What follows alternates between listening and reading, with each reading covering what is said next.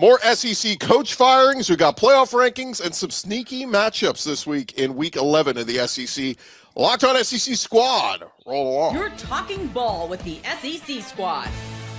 From Alabama to Tennessee, from Georgia to Oklahoma, from Auburn to Texas, it's the local experts of the Locked On Podcast Network bringing you scoops, breakdowns, and the most comprehensive preview of the upcoming SEC weekend.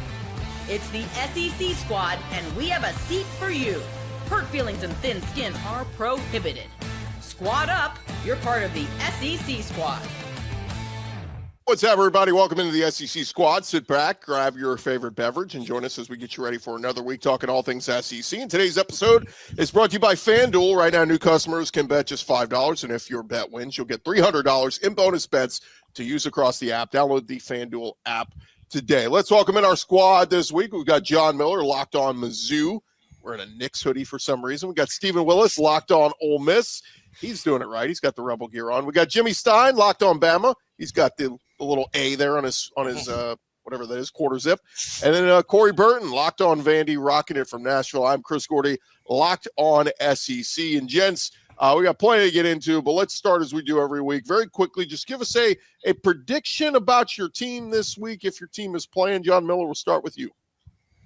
Well, I predict that Missouri better keep its quarterback healthy. We're down to our last scholarship one. Matt Zollers showed a lot of potential and really kind of juiced the Missouri offense a little bit after Pribula. Bo Pribula, of course, got hurt against Vanderbilt. So it's going to be interesting. Missouri getting a lot of respect here as a 6.5-point underdog at home against an undefeated Texas A&M squad. Could Missouri be the spoiler here down the stretch? I don't know. It's going to be up to that quarterback position because that defense is legit. Yeah, fresh off of Halloween weekend, Zollers sounds like something you found in your candy bag. Stephen Willis, give me a prediction for Ole Miss this week. Well, Ole Miss plays the Citadel, so hopefully you see a lot of Logan Diggs and Austin Simmons get some reps and gets everybody out of the game pretty quickly because this November to remember is going to continue on. Yeah, real quick, when we get to those game previews later, don't think we'll be doing much on the Citadel, Stephen. We'll just put that out there.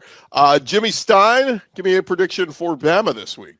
I think a fired-up LSU team, almost a rejuvenated one with Brian Kelly. I'm expecting an LSU team to play really hard, and I think the difficulty in the game is going to be you don't know what they're going to do, especially on offense. Brian Kelly's gone. The OC is gone. The running back coach is now the head coach. A play caller has kind of been the tight ends guy. There's going to be some wrinkles how Alabama defensively adjusts in game to what LSU is doing. It's going to be a big surprise. Adjustments will decide who wins this game. Yeah, good news for Bama, it's at home because we could see an LSU team actually live up to its potential this week, and that would be trouble for Alabama. So we'll see.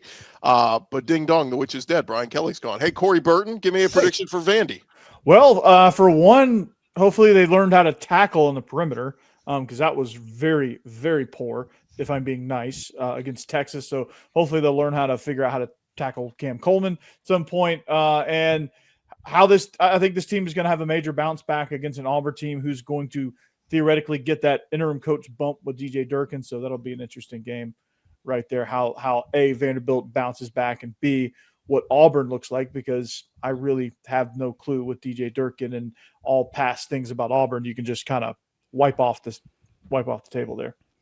That's the funny thing, guys, is and that's where I wanted to go next. We did have another SEC coach fired this week. We had Sam Pittman at Florida. We had Sam Pittman at Arkansas. We had Billy Napier at Florida. We had Brian Kelly at LSU.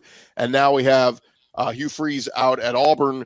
And very funny that, we're saying this, like, we don't know what to expect. We just saw Billy Gonzalez reinvigorate Florida, and they nearly pulled off the upset of Georgia this past week in that rivalry game. But what did you guys make of Hugh Freeze being fired, and are there more to come with 4 SEC coaches already out? I don't know about more to come, but like I feel like with Hugh Freeze, I feel like an Auburn fans probably sharing the sentiment is it's about time. Like the operation just looked lost. DJ Durkin and the defense just looked like they were on an island, and they couldn't really do anything to juice the team because all their efforts were wasted because the offense couldn't really do much. And then, I don't know. It just seemed like the culture was toxic and bad, and just this is a breath of fresh air for them. It seems like from a few of the comments in some of my videos and watching some of Zach's stuff this week, it seems like the team is rejuvenated and kind of rallying behind DJ Durkin. So all in all, it was a much needed and welcomed move by the players and the fans. Yeah, you never want to be the game one with an interim coach. That's just the fact. LSU, Auburn, you're going to get a good effort. You want to be a game 3 against an interim coach because that's when they start packing it in just a little bit. Now, the good news for Auburn is Derek Nix is going to get to call plays, which is what he was supposedly hired to do. So I'm interested to see exactly what that would look like. I know DJ Durkin said they're going to attack. Let's see what that looks like. I think with an SEC fan base, guys, you need to be able to sell the fans, the people that financially support the program and to some extent literally pay the players. You have to sell them on results or hope. And Hugh Freeze had neither at the end. I think Auburn fans they didn't see any positive results and had very little to zero hope that it was going to get better. I think this was something that had to be done. Yeah, it's going to be interesting to see, what happens with these teams moving forward. Before we get into this week's matchups, guys, let's get into we did have our first batch of college football playoff rankings, and like I had somebody tell me many years ago, if you're paying that much attention to the first batch of playoff rankings, you get a hobby because they don't mean jack in the grand scheme of things, but it is to get excited and kind of look. And as we look at it, guys, there were 6 SEC teams in the top 12. Vanderbilt's still holding strong at 16. Yeah. They have the chance that they went out, they could get in. Missouri, I don't know, John, at 22, even if they went out, it would only be 1 ranked win. I don't know if that'll be enough to get them up there, but they could be in the conversation if other teams fall behind. And I was a little surprised Tennessee coming at number 25 with the 3 losses already, but what did you guys make of the rankings? Go ahead, John. I'm sorry, I was just going to say, I would still even be a little bit surprised if Missouri wasn't at least right on the cusp. If they go 10-2, you said 1 ranked win. Well, they would beat, in that scenario, hypothetically, they would beat Oklahoma and Texas A&M, Oklahoma on the road there. I got to think Oklahoma's probably ranked at that point. We'll see. I don't know. But to your point, yeah, I mean, the spots are getting really thin for sure. If you're an SEC fan and you're wanting to get 5 bids in potentially, looking like 4 is very likely. Potentially 5, well, you got to root against the Big 12. Right now, the ACC is looking like a 1-bid league.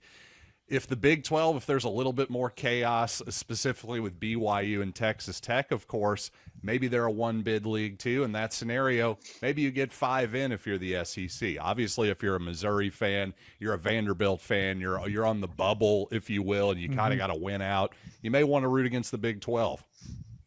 Yeah, I already do that anyway, so. Yeah. Well, yeah, sure. As a former Big 12 guy, yeah, those people like to talk a lot of smack in my comments. They so yeah, talk a lot of smack. Yeah, they do talk a lot. Listen, Ole Miss fans after that, they immediately said, "Hey, can we sign this in blood, and get this?" Because starting off with Virginia at home and then moving on to the Sugar Bowl to play Texas A&M, all Ole Miss fans would be extremely excited about that.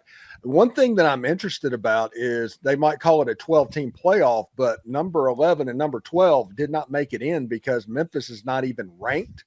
And then Virginia is ranked like 14th. So you've got 2 bid stealers essentially so far early on. And Oklahoma has Bama. Basically that game might be a playoff elimination game one way or another. Yeah. Well, that's what Tennessee, Oklahoma was this past week. And Tennessee did not respond at home, losing in Knoxville. So that kind of took them out proverbially. But you're right. I mean, it is, we tried to do this whole thing that we corrected. Remember last year was like, well, if you win your conference, you move to the front of the line. And we all realized how stupid that was. So they corrected it. Well, guys, when I look at the rankings, we need to just do the 1 through 12. Like, what's wrong with 1 through 12? Why do we have to still go, well, if you're the ACC champ, you still got to get in? Oh, we got to give the group of 5 a chance. How about the group of 5 earn it? Go undefeated as a group of 5 team and play a tough non-conference schedule. Like, to give me, them their own tournament. Give them their own tournament. I would watch that. I would watch Memphis and Boise State. Yeah. Yeah, give them their own tournament. I mean, I think every other level of college football has their own tournament. Why not just split Division 1 into 3 tournaments? P4, G5, and FCS, and just crown 3 national champions in Division I. There's nothing wrong with that. Yeah, I'm with Chris about what he said earlier. You can't look at these first batch of rankings and assume a lot, because it's really, all the jigsaw, puzzles going on the floor from here, and you're, we'll see there's a lot of football left before the rankings that really matter. But I do think you can look at these rankings to determine how the committee's thinking. Are they looking at the metrics and the numbers, or are they going by eyeball test? Because you need to know that as we go along. And what's a little frustrating to me is they clearly went by the metrics as to why Georgia Tech's way back and BYU has teams with losses in front. They clearly, to some extent, took strength of schedule into account in the metrics. But 1, 2, 3, Ohio State, Indiana, and Texas A&M, it seems they went by eyeball test there. They feel that, I think the committee chairman said last Tuesday, we think A&M's not as good defensively as Ohio State and Indiana. That's what he said.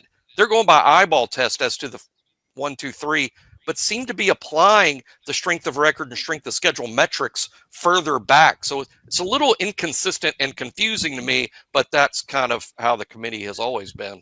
Mm-hmm. I'm glad that Oregon fell back, because Oregon's best win is against Northwestern, and they got absolutely dog walked by Indiana. So if they would have been 5th or 6th or 7th, that would have been a signal to that the committee is doing the stuff that they were doing last year. But them at 9, it kind of feels like the right place. And Ole Miss getting some love too. I mean, they were number 7 in the AP and coaches poll, but number 6 in the playoff committee's poll. Good. Yeah, I was just going to say, just getting back to the group of 5 discussion a little bit, I wonder if we might start thinking about a cutoff at a certain point. Like, you have to be in the top 20 to get that automatic bid as a group of 5 in the playoff rankings, whatever that cutoff might be. I don't think that's the craziest idea in the world, but I like your all's more radical approaches, at least for a thought too. Maybe you do break it off into even more tournaments. More. I mean, think of the recruiting. Think of the recruiting. Think of like what those G5 programs could do money wise, recruiting wise. Like, hey, you can come win a national championship at Ohio University. The recruiting there would be outstanding. Even more absurd, a year ago, the group of 5 champion, Boise, had a bye. They had a bye because they were among the top 4 highest ranked conference champions and had a bye. And while I do appreciate the job that Boise's done, I do think they're legitimately good with some dudes like Ashton Jenny. The quarterback was a good player. There were probably Power 4 teams not in the field that would beat Boise straight up on a neutral field. And they had a bye. And you look at the way it's set up, Memphis traveling to Athens, Georgia, that's basically a home game for the Georgia Bulldogs that you don't have to pay attention to. Georgia would win that game by 3 or 4 touchdowns if that game was played in Athens. And wouldn't it be better if Memphis had a chance to win a national title because they deserve that instead of being a sacrificial lamb to one of the most talented teams in the entire country? I mean, it's kind of like the states where there's 5 or 6 different state champions and the states where there's only one state champion. That's kind of the argument here. Yeah.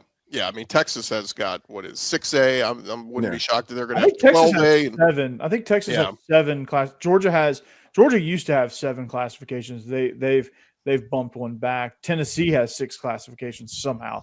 Tennessee should not have 6 classifications. I forgot I was talking to Mr. High School Football in Cornford. Mississippi has 7. Tell me there's 3 million people in that state and there's 7 classifications. Well, gents, all this is going to figure out in the wash the next couple of weeks, and we got some games to react to and preview coming up this weekend. That is coming your way next right here. SEC Squad talking more ball coming up next. Playoff action football would be amazing. Ooh, yeah. Back to the squad in just a second, but first, when the opening whistle blows on a new repair, get your crew moving forward with SupplyHouse. Order today and see parts on your doorstep tomorrow. Over 280,000 plumbing, HVAC, and electrical items from the most trusted brands in the business. Their real-time inventory and honest lead times keep you from punting projects, while their industry-leading customer service always has your blind side covered. If you need parts fast for a project, SupplyHouse is next-day delivery. Talk about a game changer. The part finder tools and 3D schematics, they can save you hours on jobs where every detail matters. And their Trademaster perks like priority shipping and dedicated support make the whole process smoother. Join the free Trademaster program today and score serious perks like priority shipping, lower prices, and a dedicated support line. Visit SupplyHouse.com, sign up for free, and use our code SHCollege5 for 5% off your first order. That's at SupplyHouse.com. Real people, real service. All right, gents, SEC squad rolling along here. Let's get into some of the matchups in the SEC this week. And, we kind of had some of these games these last few weeks that I describe as sneaky, where, like, you look on paper and you go, this team's supposed to blow this other team out. But it continues on, guys. So many games in the SEC this year are decided by one score or less. It just keeps happening. Nobody's blowing anybody out barely. So let's get into some of these games. Let's start with your game, John, 2:30 Central on ABC. It will be 8-0 undefeated Texas A&M at number 22 Missouri. You mentioned already about Matt Zollers being the guy, but what's the recipe here? I mean, is this going to be – do you have to lean on Ahmad Hardy and get that run game going? Yeah, I would certainly think so, but I'd like to see the return of the dink and the chunk offense for Missouri because Zollers really does have a heck of an arm. I mean, he's a high-level high school prospect. Of course, he's a true freshman. You'd like him to have some more experience, but I think if you're Missouri, you got to lean on that arm strength if you're going to win this game, and definitely lean on that Missouri defense for sure. I think that Tiger defense is good enough to certainly bother the Texas A&M offense. Like you say, I just wonder if the Tigers are going to have enough offensively to win the game. But on the whole slate, I really think all of these SEC games have the potential to get weird. Does anybody else think A&M is going to come crashing back down to earth at some point? If Missouri had Bo Prabula this weekend, I would be almost like adamant that I sort of like Missouri in that spot. But I think Zollers, he's the real X factor here. I mean, it's hard to imagine a true freshman making his first start against the number 3 team in the country with all that's at stake. I think it might just be too much for him. But if they had Prabula this weekend, I'd be like, hey, watch Missouri to upset A&M. A&M due to lose. They've played a lot of close games and are probably due to lose. I just don't know that Zollers is enough. Yeah, I mean, those edge guys for Missouri, I think, are going to give A&M fits. Yes. I mean, I've said it. I got a little bit of pushback on some of my comments, but I said, Zion Young and Damon Wilson are two of the best edge players, the best edge duo probably in the country. Most definitely the league. I mean, those guys are ballers, man. And Marcel Reed is going to have to contend with that. Colin Klein's going to have to contend with that and figure out how to game plan for those guys. And to add to that, it's not like they're not tough on the inside too. That nose guard, John, I don't know what his name is. Chris McClellan, probably. McClellan was just bench pressing Vandy's center all day long and just had control of him all day long. And that was impressive too. Yeah, the most important thing in this game is going to be Missouri staying on schedule. You can't being 3rd and long against this Texas A&M defense. They'll eat a freshman quarterback for breakfast because they eat senior quarterbacks for breakfast when you have long yardage. So you're going to have to stay on schedule. Ahmad Hardy has to have that game, and you need to not run the quarterback because when you run the quarterback, you risk an injury. And as John said, this is their last scholarship quarterback. Yeah, and just quickly, an obvious point, but on the true freshman making his first start, hey, better at Faroe Field than Kyle Field. That's for sure. Yeah. And let's say this on Matt Zollers. He was a top 100 recruit. This isn't, he's not some slappy that's just being thrown out there. This is a guy that was, 4-star and number 93 in the composite rankings. So that dude boys, man. He's good. He's got a cannon for an arm, and he's athletic too. Pretty good size, 6'3". I mean, he's an impressive player. So he's an impressive talent. We'll see what happens on Saturday, though. And a true freshman quarterback going off against Texas A&M, that's not exactly a new thing. So it could happen. I'll tell you guys, too, I'm one of the awards I vote for, the Lombardi Award. They announced their 13 finalists this week. Cassius Howell from A&M is one of those finalists. He has been a monster this year at A&M. So watch where he is. Don't let him get close to Zollers or it can be trouble. Everybody feel like, are we picking A&M? Matt, John, are you rolling with Mizzou? What are we doing here? I think I gotta go with a Larry Johnson L. See, there we go. I brought the New York Knicks thing together. No, an L for Missouri. Unfortunately, I think it would be insane to pick Missouri this week. Quite honestly, do it, John. But not so insane. Again, 6.5 points. I'm telling you, there's a little psychological thing there where our fans over at FanDuel are going, take Texas A&M, take Texas A&M. This game could be a lot closer than most people think. Yeah, I think it'll be close. I think it'll be close. And I think I'll be saying, boy, if they had Purbulla, they might have won that game. And if Texas A&M loses one game, if they lose to Missouri, they're going to lose two. Yeah, and don't forget they made mistakes in that LSU game before that second half blowout. I mean, they had a blocked punt. I mean, they had a bunch of stuff go wrong in that game. Let's get to this one real quick, guys. 3:00 Central on the SEC Network is 4-5 Auburn at number 16. Vandy and Corey. Game of the week, baby. Game of the week. It's like we said, we don't know what the hell. I don't even know who Auburn's starting at quarterback yet. But we'll see what happens. But man, Vandy's got to get back. It's the second straight year, Corey. They finished the Texas game going, if we had just had 3 more minutes in that game, we'd probably win it. Yeah, exactly. I mean, they can't start the first 3.5 quarters getting blown out either. I mean, that can't happen. But I think one of the things they found was that maybe they don't have to be this ball control, 55 play, run it all the time team. I mean, they found some things in the passing game against Texas, surprisingly, that I think they could use going forward, because this is going to be a really important 3-game stretch for them with Auburn and then a bye week, then Kentucky and Tennessee, to potentially have a chance at making the playoff field. You look at it and you have to say, okay, if they can have Eli Stowers go for $150 again, like this game will be a walk. And if they could just start faster, if they can just tackle better on the perimeter, if they could just make Auburn try to earn it. I don't know who's going to play quarterback for Auburn. I have to think that it's not going to I know the effort's going to be there, but the execution, I don't know that the execution just magically improves drastically. I think, you're going to get some effort plays and you're going to get a few things defensively for Auburn that they haven't done all year because of the interim bump. But Vandy just has to go back to playing disciplined football. Don't beat yourself with penalties and turnovers, and just make Auburn beat you instead of essentially giving the game to them by poor tackling, penalties, and turnovers. The one thing that scares me in this game for Vandy is Texas and Steve Sarkisian kind of got in his bag in the early part of that game, and there were weapons on the outside, the tackling in space. It looked like you could kind of out-athlete at times Vanderbilt on the outside. And whenever you have Cam Coleman, when you have Eric Singleton and those dudes on the outside, that is a potential caution point for the Vanderbilt Commodores.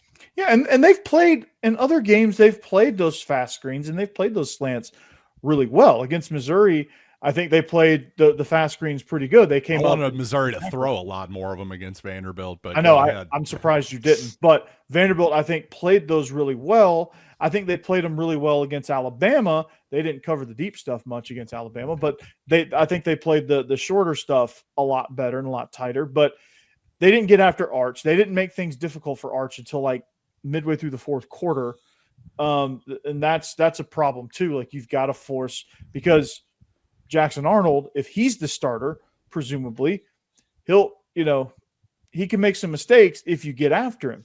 I don't know enough about Ashton Daniels to know what he would do, because the offensive line play was just so atrocious against Kentucky that didn't really matter. Yes, I was one of the sickos that watched that game. Me too. But it's I don't know. You have to just scheme wise, they've been able to play out of their athletic mismatches in a lot of their games. Against Texas, they were just, that first play hit for a touchdown, and I just think they were shell shocked and just couldn't recover. Well, I don't see how Auburn scores.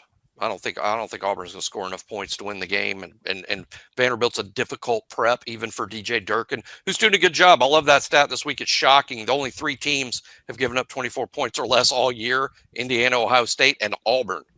Defensively, this is a good team. They're good, but they just cannot score. They won't score enough points to win in Nashville, not against that Vanderbilt defense.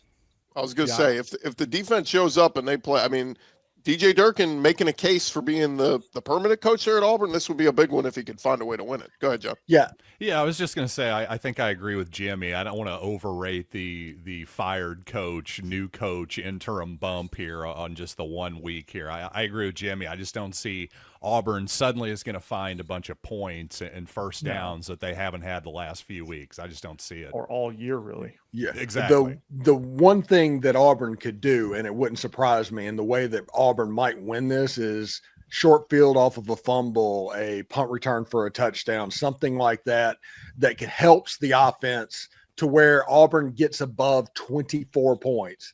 That's probably the goal in this game. Get above 24 points. And if you could do that, you'll likely win the ball game. But I don't think that Auburn can do that. No. When we return, fellas, we got a couple more to touch on, including the big one for Jimmy. Normally a big one, LSU Bama. We'll talk about that coming up next. More squad action in just a sec, but first, NBA is back. No better place to get in on all the action than with FanDuel, the official sports betting partner of the NBA. Even if you miss the start of a game, you can jump in. They got live betting. They've got, of course, if you want to ride the hot hand, FanDuel, they got live bets from everything from who will score next to fourth quarter comebacks. Of course, they got all the pro action as well, college football. We tell you every week about some of the big SEC lines. If you want to get in on it and you haven't done it yet, might I recommend our friends at FanDuel. Keeps every game exciting, especially when your team is making that late push in a game. I love the upset picks. If you like a big upset in the SEC this week, you can make that over at FanDuel. Right now, FanDuel giving new customers $300 in bonus bets when your first $5 bet wins. Head to FanDuel.com, sign up, and play your game with FanDuel. They are the official sports betting partner of the NBA. FanDuel.com. SEC squad talking more ball, and gents, previewing some of the games this weekend. We got LSU 5-3 at number 4 Alabama. This one before the season, I thought, oh, this is going to be a big one. LSU not living up to those expectations, firing Brian Kelly. That said, Jimmy, I look at that roster. There's still a ton of talent, NFL talent. I think a lot of these guys are going to hear their names called, in next April in the draft. So for Alabama, they can't let their guard down, but it feels like that's been the story of this season, has been Alabama not letting their guard down and continue to play their game and keep winning. Yeah, Brian Kelly didn't get fired because he wasn't signing enough dudes. I mean, this is just a typical LSU's got dudes. They always do.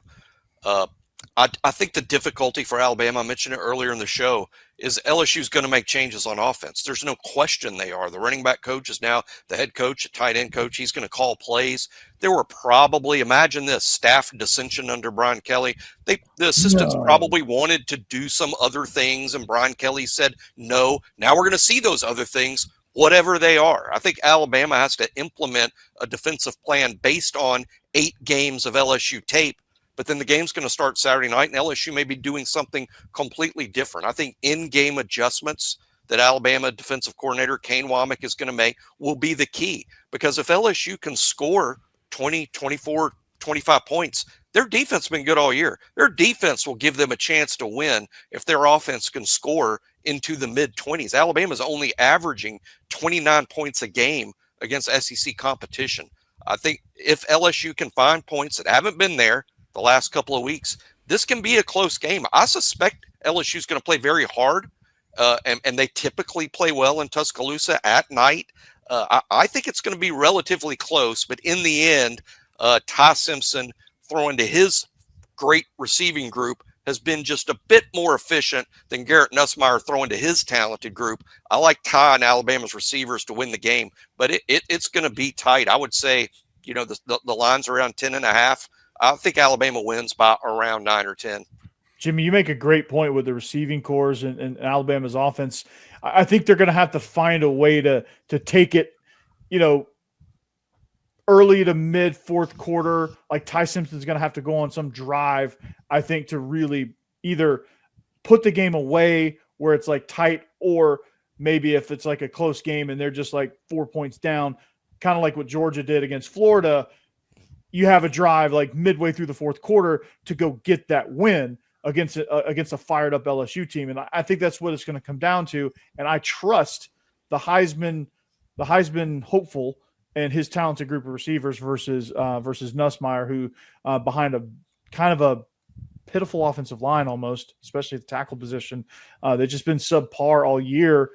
I don't know if that magically changes either. But I think Alabama in an edger here for this game. It's going to be, thankfully it's going to be at home for the Crimson Tide. And I will predict that in this game, Michael Van Buren is going to get to play. He is going to lead a touchdown drive for the LSU Tigers, and that is kind of the wrinkle in the package in this ball game. And that's going to make this game a lot closer than people thought it was going to be. Again, this is a first game with an interim coach. You never want to be the first game.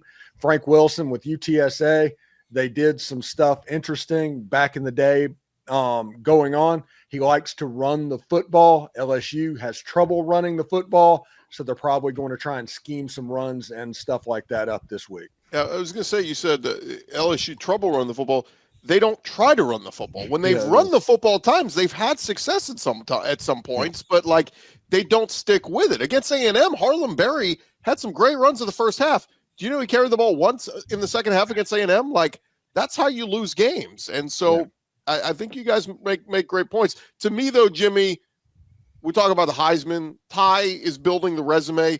This would certainly be one to really start to put up those stats. I know that's not the end-all, be-all, but Heisman's still very wide open. This would be a big one for Ty to have a big game and really start to move up that and solidify himself so it's tops in a lot of people's minds. Yeah, he doesn't put up PlayStation numbers. I don't think that's his thing. I think what separates Ty maybe from the other quarterbacks is just simple efficiency. He's still thrown one interception. I mean, we're going into game 9. There's just been one pick for a first-year starter. It's not like he's throwing – or Jimmy, I'll do it for you. Yeah, I get it. That's probably a terrible thing to say out loud for the Alabama fans listening. But it's not like he throws for 400 yards. It's not like Ryan Williams and Jeremy Bernard are on track for 1,000-yard seasons. Again, they're only averaging 29 points a game against SEC opponents. But Ty's been very good keeping Alabama, keeping the chains moving, possessing the ball, very few 3-and-outs. They possess the ball and don't make mistakes, force LSU's offense to drive the length of the field to score multiple times to win the game.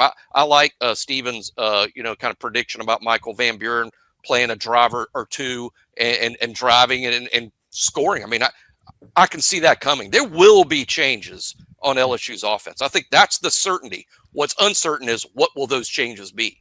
Yeah. Stop putting the statue of Nussmeier back there. If he can't move, put somebody back there who can move. I mean, that's hey, our O-line sucks. Let's keep drop back and passing. Like, what are we doing here? Yeah. And Nussmeier killed back we got 2 other games, guys, so I'll just put it up to whoever. If you feel strongly about either of these. Georgia, Mississippi State. Anybody got a vibe? Good for State. They finally got an SEC win, and this is in Starkville. Yeah, this is going to be for Georgia. It's going to be interesting for them to go down in that environment. I mean, they've been struggling early in games defensively, and I mean, they're getting a little bit better, but like, it's going to be kind of tricky if they get down with all those cowbells. I'm not saying that they won't win the game, but like, it'll get kind of tricky. But again, Mississippi State's going to have to win it in the fourth quarter because it's like that Undertaker meme where he just pops up out of the coffin. Like, that's Georgia in the fourth quarter, seeming like so. I mean, that's going to be one to kind of keep your eye on, where you're like, oh, Mississippi State, oh, and then all of a sudden you look at it again, it's like, oh, yeah, Georgia woke up. What was Corso was always saying, closer than the experts think. I mean, I can see that happening here. It would be truly shocking for Georgia to lose in Starkville. I don't see that happening, but I see Mississippi State keeping it close. Yeah, it was the truth last year, and Georgia was like 20-point favorites or something. So, yeah. It'll be interesting. It's I think Mississippi State scored 30 in Athens last year, and Mississippi State's going to be jacked up. It's at 11 o'clock right after that Florida game. I mean, feels like everything's in Mississippi State's favor to at least make this close game, but I do not think they are at the point where they pull off the upset. So give me Georgia in that game. Not that one. Chauncey Bowens is an absolute unit. Yeah. Blake Shapen said this week, though, their goal is to get to a bowl game. Mississippi State's 5-4. They just need one more. If they got it over Kirby Smart, they'll throw a parade there in Starkville. Yeah, there's nothing more dangerous in the Egg Bowl than a 5-win team. Right. One more, guys. Florida, Kentucky, a battle of 3 and 5 teams. One coach already fired, another one trying to get fired at Mark Stoops. But anybody got a vibe on Florida, Kentucky? Gross. Really? Hey, this Kentucky team is figuring out how to create rock fights, and this game is going to be a rock fight. I can see either team winning this game. Either team could win this game. And I wouldn't have said that before Kentucky. You know, Kentucky played hard and beating Auburn, pretty good on defense. Florida's pretty good on defense most of the year. I'd see either team winning this game. I would slight edge to Florida just because they've got more players. When it comes to playing hard, both these teams are outstanding, but like the execution of everything and just putting enough plays together to go win a game, it just I don't see it, man. But Florida is more talented of a roster, and I think that'll actually play out. Cutter Bowley's good, but this Kentucky team is just not. I just don't think they're ready to just win games outside of what they did last week. 10 points is not gonna. That's not going to win you any other game. Week. No, they're going to have to win. It won't win. Usually I'm kind of getting a pro-Kentucky vibe here. Maybe it's the New York Knicks shirt and Karl Anthony Towns went to Kentucky, of course. But I don't know. There's just something about Florida and Kentucky here. I'm thinking Florida, if you're a Gator right now, you're going, what? Sorry, what? Lexington, we're 3-5. What do we have to play for? If you're Kentucky, I know it's the portal era, but at least historically, Kentucky beating Florida means something to that program. Can they not get up for this one? Do they not care about Mark Stoops at all? I don't know why. I just feel like Kentucky's going to win this one. Yeah, they went 30 years without beating them, and then they finally have beaten them a couple times. Yeah, Steve, unleash your joke. Yeah, Dan Mullen ruined my favorite joke of all time, and that was the Atlantic will defeat Florida before Kentucky. All right, Steven, on our way out, Solid. you get 20 seconds to talk about Citadel Ole Miss. Go ahead. It's going to be a sloppy game. Trinidad Chambliss needs a couple more reps to get ready and get his timing back of what's going on. Get Kejuan Lacey out of the game, play defense. It might be sloppy, win the game, move on to Florida. Ole Miss by 1 million. Yeah, you're a top 6 team. That's the only reason I gave you that. If y'all were 500, we wouldn't even mention that. Yeah. Heck, on my show, I'm talking Florida Gators this week. So, yeah. There you have it. Well, gents, it's going to be a fun week. It sucks when we get to week 11 because it's like, God, we only got a few more weeks left of this. But it's going to be fun. It's going to be exciting, especially if your team is still alive for postseason play. For John Miller, Stephen Willis, Jimmy Stein, Corey Bird, I'm Chris Gordon. It's been our Locked On SEC squad. Come on back and see us next week. Peace. We could talk football all year long, though. Is that allowed? It's definitely not frowned upon. That is